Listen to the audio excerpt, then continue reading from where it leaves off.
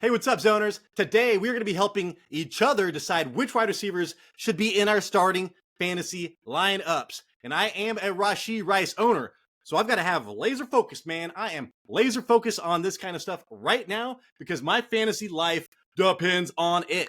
Today, we have a wide receiver who's had the same amount of targets as Marvin Harrison Jr. over the last 3 weeks, and they're on the same team. And he is probably on your waiver wire, dude. He's got a top 5 matchup, a top 3 matchup, so you can stream him. Stick around for that. We also have a rookie wide receiver that's been pissing me off, man. I am a Christian Kirk owner. This guy's been tearing it up, and he is literally unstartable. He's on one of our shutdown corners this week. So stick around for that.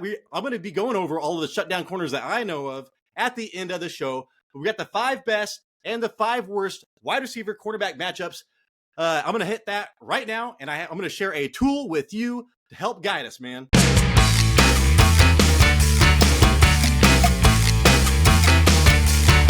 can do it! All right, first off, I do want to say that I start my rankings on Tuesdays, and I use this tool specifically with, fantasypoints.com. You can just Google that with wide receiver quarterback matchups, and this table will pop up so you can follow along, man. But this website in particular comes out before anybody else, so I can use it early. So shout out to fantasypoints.com. And first up, dude, we got Jaden Reed, and we know that his route participation should be going up without Christian Watson there, but still, it's only at 64%, man. So he is not running routes. He's only running routes, what, dude? 60% of the time. 6 out of 10 times he is on the field. He's blocking a lot, so not that great. But he is the slot wide receiver for the Green Bay Packers. And he's going against the worst cornerback in the world right now, who happens to be a slot cornerback, dude. Cottrell Clark? This guy plays in the slot 95% of the time. And here we go over here to this table. Jaden Reed's in the left 15% of the time. On the right 15% of the time. So he's in the middle about 75% of the time. On the outside, barely any at all. So he will be facing this guy a ton. Jaden Reed, dude. Top 5 wide receiver. Was ranked last week. Well, he should actually be ranked as such this week. And then next up, man, I was all about Andre Yoshivas, but it looks like T. Higgins' hamstring is going to hold up for a while, dude. And we just talked about him like having a 37 target share percentage last week, like 33 the week before that. So 1 out of every 3 passes is going his way, for God's sakes, dude. T. Higgins, though, still not running a ton of routes. Look for this number to go up. Again, we want that DJ Moore. We want the elite neighbors or elite wide receivers are usually around 90%. So T. Higgins still has a way to go, and he really lines up on one side of the field. So he will be going against the shadow cornerback as well, Deonte Banks. So the Giants actually have been using like this blue shade right here means that he will be shadowed by Deonte Banks, which means that no matter what side of the field he'll go on, he'll be shadowed. So T. Higgins gets to get shadowed by a terrible fucking cornerback, dude. So T. Higgins should be in our starting lineups this week. And then talk about elite again. My fantasy wide receiver, my fantasy MVP to start the year off, man. I've been feeling like shit. But now it's kind of coming back, man. Maybe turning around. DJ Moore. I lost Rashee Rice, but I've got DJ Moore. Come on, man. He's on the outside, 75% of the time. He does play some slot, but still. He's going to be facing against the Jacksonville cornerback Monteric Brown, who's allowing 0.4 fantasy points per route run. And that is huge. DJ Moore in the is scoring. So what, dude? Every route run, he scores almost half a fantasy point. So if he runs 20 routes, he's getting 10 points. That's pretty fucking good. All right. And you can see that it's on this chart right here. You want that along with a high route percentage number that usually equals pretty high floors. But still, dude. So DJ Moore should be killing shit this week. And then next up, I want to talk about Michael Wilson. This is number 4. All right, he should be available on your waiver wire, I think. I've been hearing a ton of people talk about him for about 2 weeks so far.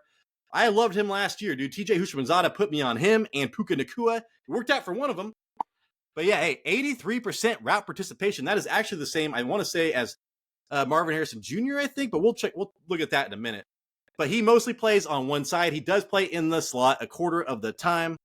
But it looks like he will be matched up against the Green Bay's worst cornerback, allowing 0.36 fantasy points per route run. So Michael Wilson is only at that 0.29 fantasy points per route run, but he's been coming on as of late in PPR, dude. go pick him up and stream him. All right, so that's number 4. We got one more, dude, and I want to talk about Jakobi Meyers, because I would try to trade for Jakobi Meyers as a Rashee Rice owner, but that fool is a Raiders fan, and he doesn't even respond to my trades. So anyways, dude, I can't get him, but you should go get him. Look, again, 85% route participation for somebody that we don't even think that's involved. That is that involved. Plus, he has been in the slot. I'm pretty sure that's going to be moving to the outside, so we'll see, though. But he at least gets Pittsburgh's worst cornerback, all right? So not a great matchup. Pittsburgh has been doing pretty well. But still, hey, man, Jakobi Meyers should be a good play this week because of the cornerback matchup. All right, let's go to the worst fantasy matchups this week for wide receivers. And hey, this sucks. The Jets have not been filled in. I don't know if they're on bye or what, dude. Crazy shit. All right, Brian Thomas, dude. This is the guy I want to talk about. This guy is literally unstartable. I'm a Christian Kirk drafter, and I have learned to hate Brian Thomas Jr. But I do want to say, man, want to talk about potential. His route participation right now, or whatever, is 75%. If he gets that up to 90, we're talking Malik Neighbors shit right there. And then he's on the outside pretty much. I mean, does that surprise you? He's the big play waiting to happen. He's at 0.60 fantasy points per route run. That is Malik Neighbors territory right there, and top tier wide receiver. It's like Justin Jefferson. But guess what, dude? He gets to go against Jalen Johnson. Jalen Johnson is allowing 0.09 fantasy points per route run. Holy shit. So what is that, man? When Bane fights Batman, a movable force meets an unstoppable object. Well, that shit's happening. And I think it's going to be like the first fight between Bane and Batman, and Bane will be the Browns. All right? So I'm not starting. When people are going against the Browns, it's just like the Denver Broncos, dude. That shit is insane. Can't do it. Can't do it. God, sorry, guys, man. I was all about that. I was like, oh, my God. And I do want to say about Amon-Ra St. Brown, I would go over Jackson Smith and Jigba, but I've been telling you, as long as Tyler Lockett is starting, Jackson Smith and Jigba is not really that great anyways, dude. So I like Tyler Lockett. Amon-Ra St. Brown. See his route percentage, man? He's almost at that 90. That elite. And he is their slot, and he's going against the Dallas slot cornerback. Holy shit.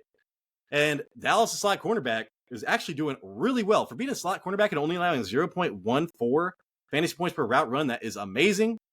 So I love that, man. I don't love that. So Amon-Ra St. Brown, he's not going to be your wide receiver 1 this week, but he will be a good wide receiver 2. You're still going to start him, but just tamper down your expectations.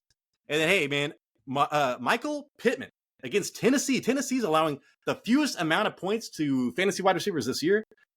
L'Jarius Sneed, and that's who he gets, man. So Michael Pittman, I don't give a shit, all right? Who is starting? If Joe Flacco's starting, we saw Josh Downs actually be the person to own with a splash of Alec Pierce. Well, Joe Flacco's smart enough not to throw to L'Jarius Sneed, at least, dude. L'Jarius Sneed's only allowing 0.14, and, hey, man, he was good last year as well. So 2 years in a row for L'Jarius Sneed. Michael Pittman, I would not want to start him this week. And then this sucks, dude. Khalil Shakir. I know he got knocked out last week.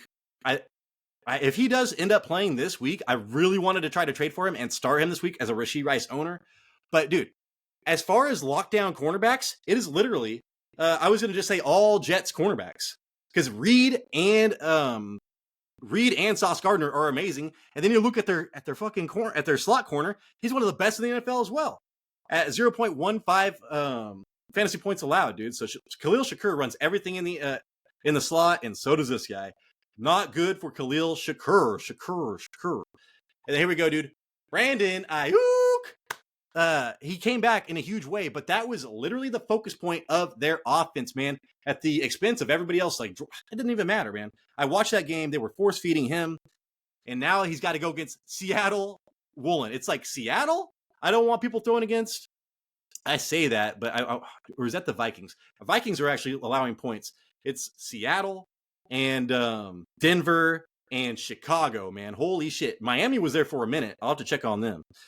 So yeah, dude, I do not like Brandon Aiyuk this week, man, but it's 0.44 fantasy points per route run, so he's still pretty damn good, dude.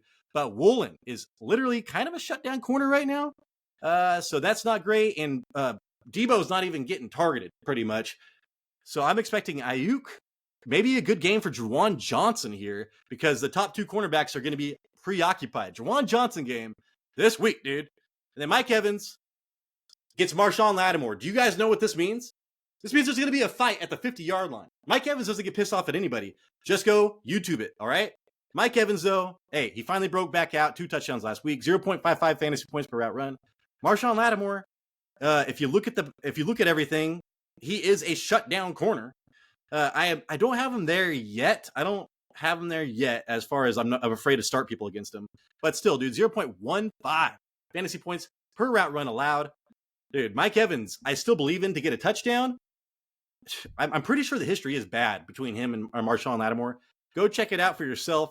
I'd still start him, but expect a fight, dude, and it's going to be awesome. We're done with that. Let's go over the lockdown corners. I'm going to stop sharing. Oh, you know what? No, screw that, dude. I'm not going to stop sharing. Sauce Gardner, lockdown corner. We need to start looking at L'Jarius Sneed. Dude, and I'm telling you, Jalen Johnson, lockdown corner. You don't want anybody against the Bears. You don't want anybody against anybody going on the Jets. That's a lockdown corner. And Patrick Surtain is a lockdown corner as well, 0.18. I want to say Joey Porter Jr. is as well, but I'm having issues with that. I need to go back and look at some tape. And then again, DJ Reed down here, man. I know he's only 0.21, but holy shit, Addison, he locked down Addison. He's going to lock down Keon Coleman. So those are the lockdown corners so far, man. And please add them down below if you can think of any at the top of your head. All right, everybody, that is the show. If you did like this, please give me a thumbs up, man, because it does send it out to a lot more people. It's like exponential, man. It's like a chain reaction. So if you want to be part of this chain to help this channel, man, please give me a thumbs up. Only if I earned it. And so hopefully I earned that thumbs up. Hopefully I earned a subscription. If you are not already subscribed, just look at our subscribers, dog. We could use it. And hey, we got what do we have, man? Our starts of the week coming out. Check out our trade target video that just came out yesterday. And then we also have our live drinking shows on Friday. Get drunk with us.